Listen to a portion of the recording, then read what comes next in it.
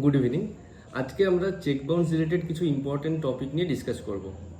যদি কোনো ব্যক্তি আপনার থেকে কিছু টাকা ধার নেয় এবং সেই ধার পরিশোধের নিমিত্ত আপনাকে একটা চেক দাখিল করে এবং আপনি সেই চেকটি আপনার ব্যাংকে দাখিল করলেন এবং যদি সেই চেকটি বাউন্স হয় তাহলে আপনি কি করবেন?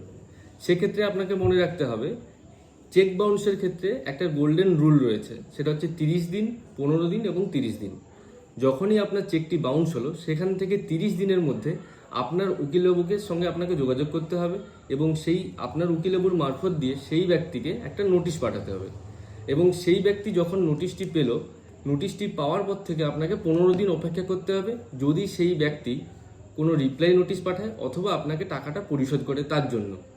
যদি না করেন তাহলে 15 দিন শেষ হওয়ার পর থেকে 1 মাসের মধ্যে আপনাকে কোর্টে এসে কেস ফাইল করতে হবে। এনআই অ্যাক্টের 138 ধারা মতে আপনি কেস ফাইল করতে পারবেন। যদি এরকম ভিডিও আপনার ভালো লেগে থাকে তাহলে কমেন্ট করুন এবং ফলো করুন। Thank you.